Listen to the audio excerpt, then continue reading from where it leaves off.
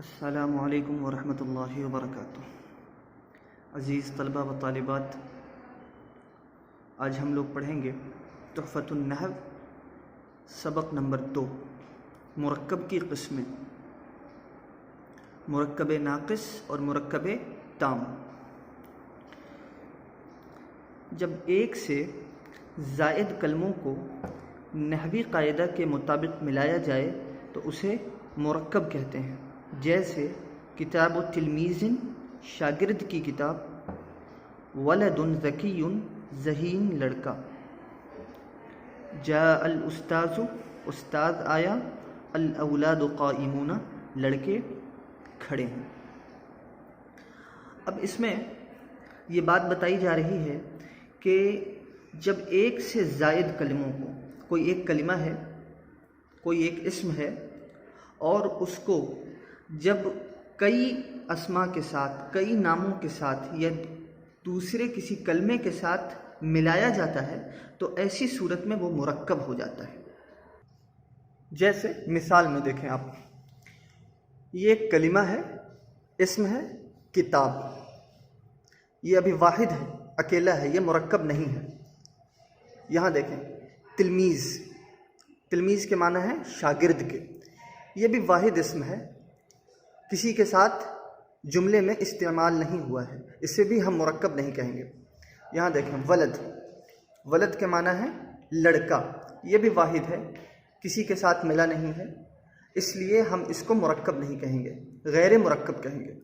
ذکیون، ذکیون کے معنی ہے ذہین کے، یہ بھی کسی جملے کے ساتھ استعمال نہیں ہوا ہے، اس لیے یہ بھی غیر مرکب ہے، اس کو ہم مرکب نہیں کہہ سکتے۔ لیکن اب اس کی صورت کیسے بدلتی ہے وہ دیکھیں۔ یہاں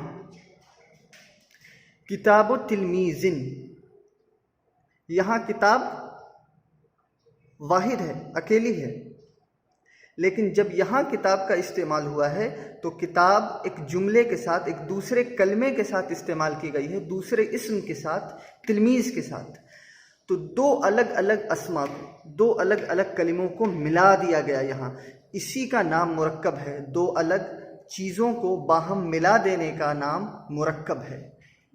یہاں دیکھیں ولد ذکی، ولد یہاں واحد ہے، تنہا ہے، ذکی یہاں تنہا ہے، کسی کے ساتھ کوئی تعلق نہیں، ایک دوسرے کے ساتھ کلمے میں استعمال نہیں ہوا، لیکن یہاں دیکھیں آپ، اس کو ہم نے ایک جگہ استعمال کیا ہے ملا کر، ولد ذکی، معنی کیا ہے؟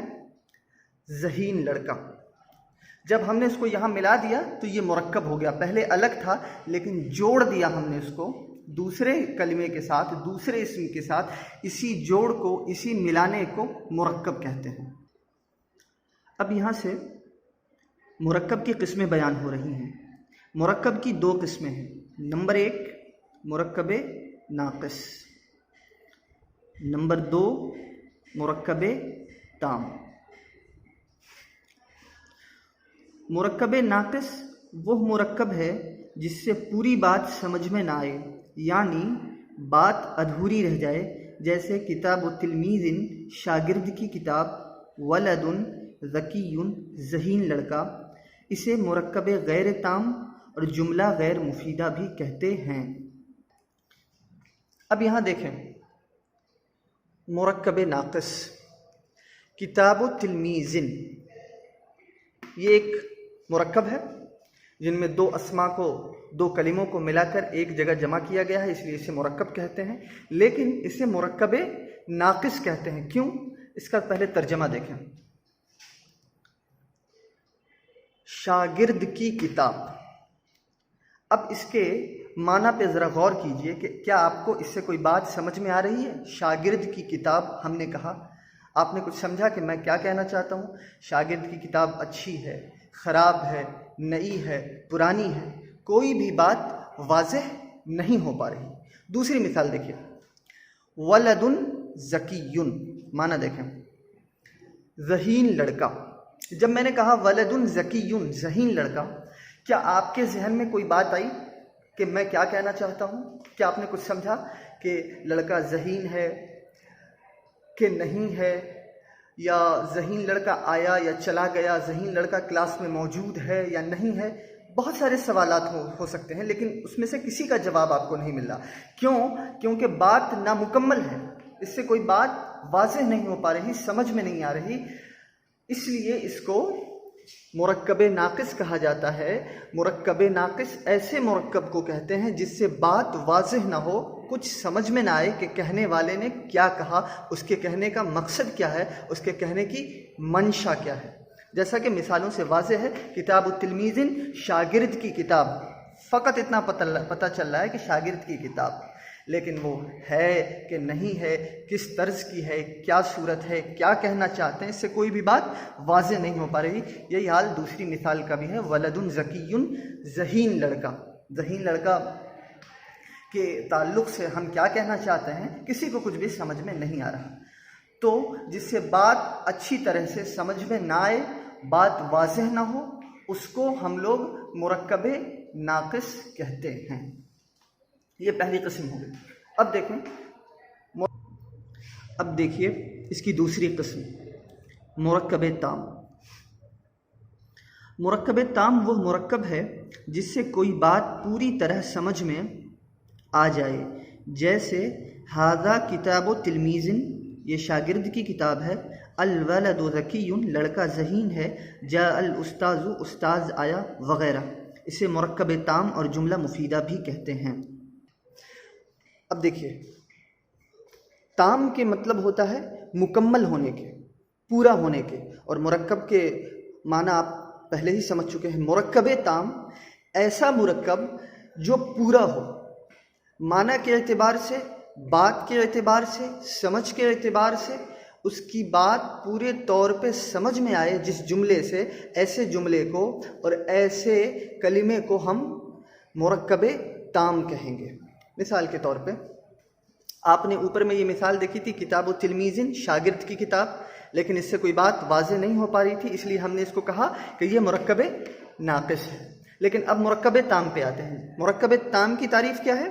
کہ ایسا مرکب جس سے کہ بات پورے طور پر واضح ہو جائے، پورے طور پہ سمجھ میں آ جائے، اور کسی طرح کا کوئی شک و شبہ باقی نہ رہے کہ کہنے والا کیا کہنا چاہ رہا ہے. مثال سے دیکھیں، ھذا کتاب تلمیذ، یہ کتاب، یہ شاگرد کی کتاب ہے. یہ شاگرد کی کتاب ہے. بات سمجھ میں آ گئی کہ ہم کیا کہنا چاہ رہے ہیں. یا کسی نے بھی اگر یہ جملہ کہا کہ ھذا کتاب تلمیذ، تو اس سے بات واضح ہو گئی کہ یہ شاگرد کی کتاب ہے، اور کہنے والے کا مقصد بھی پتہ چل گیا کہ وہ اس بات کی خبر دینا چاہ رہا ہے کہ یہ کتاب شاگرد کی ہے. لیکن یہاں معاملہ الگ تھا. یہاں صرف کتاب و تلمیذ تھا، جس کا معنی ہے شاگرد کی کتاب. کوئی بات سمجھ میں نہیں آئی. لیکن جب ہم نے اس کو مرکب تام بنا کر استعمال کیا، مرکب تام کی شکل میں، تو یہ جملہ تام ہو گیا اور جملہ مفیدہ ہو گیا. ھذا کتاب تلمیذ، یہ شاگرد کی کتاب ہے. کسی طرح کا کوئی شک باقی نہیں رہا. دوسری مثال دیکھیں، الولد ذکی، لڑکا ذہین ہے. لڑکا ذہین ہے. یہاں آپ دیکھیں، ولد ذکی، معنی ذہین لڑکا. کوئی بات سمجھ میں نہیں آ رہی تھی، لیکن جب ہم نے اس کو مرکب تام بنایا اور مرکب تام بنا کر اس کا استعمال کیا، تو اس سے بات سمجھ میں آ گئی کہ لڑکا ذہین ہے، اور کسی بھی طرح کا کوئی شک اب ذہن میں باقی نہیں رہا. پہلے کہا گیا تھا کہ ولد ذکی، ذہین لڑکا. شک تھا کہ اس کے تعلق سے کیا بات کہنا چاہتے ہیں، کیا نہیں کہنا چاہتے. لیکن جب یہ کہہ دیا گیا کہ الولد ذکی، لڑکا ذہین ہے، مطلب یہ ہوا کہ لڑکے کی ذہانت کی خبر دی جا رہی ہے. تو بات سمجھ میں آئی کہ ہم کو لڑکے کے ذہین ہونے کے بارے میں بتایا جا رہا ہے، اور یہاں پر آ کر بات مکمل ہو گئی. اسی طرح سے مرکب تام کی ایک اور مثال دیکھیں،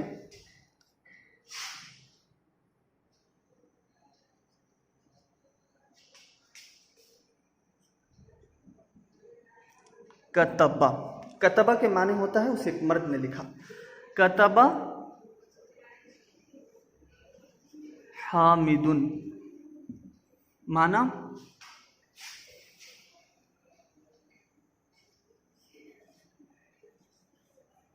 حامد نے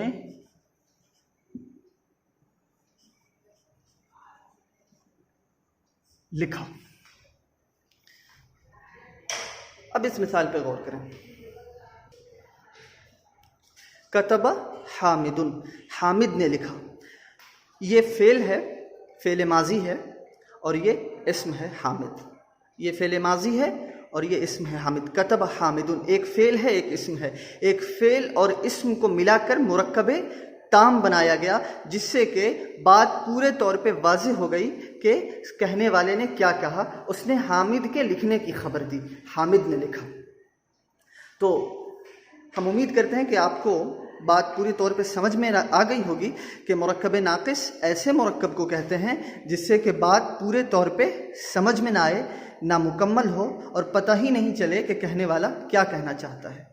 اور مرکب تام ایسے مرکب کو کہتے ہیں کہ جس سے بات پوری طور پہ سمجھ میں آ جائے اور معلوم ہو جائے کہ کہنے والے کا مقصد کیا ہے یا وہ کس چیز کی خبر دینا چاہ رہا ہے۔ ایک اور چیز، مرکب ناقص کو جملہ غیر مفیدہ اور جملہ غیر تام بھی کہتے ہیں۔ غیر مفیدہ مرکب ناقص کو اس لیے کہتے ہیں کہ اس سے کوئی فائدہ نہیں ہو رہا۔ ہم نے کہا کتاب التلمیذ ان شاگرد کی کتاب، تو سننے والے کو یا جس کو خبر دی گئی اس کو تو کوئی فائدہ نہیں ہوا، اس لیے کہ اس کو کوئی علم ہی نہیں ہوا کہ وہ کیا بتانا چاہ رہا ہے، اس کا مقصد کیا۔ اس لیے جس سے فائدہ نہ ہو وہ مرکب ناقص ہے۔ اور مرکب ناقص کا دوسرا نام مرکب غیر مفیدہ اور مرکب غیر تام ہے۔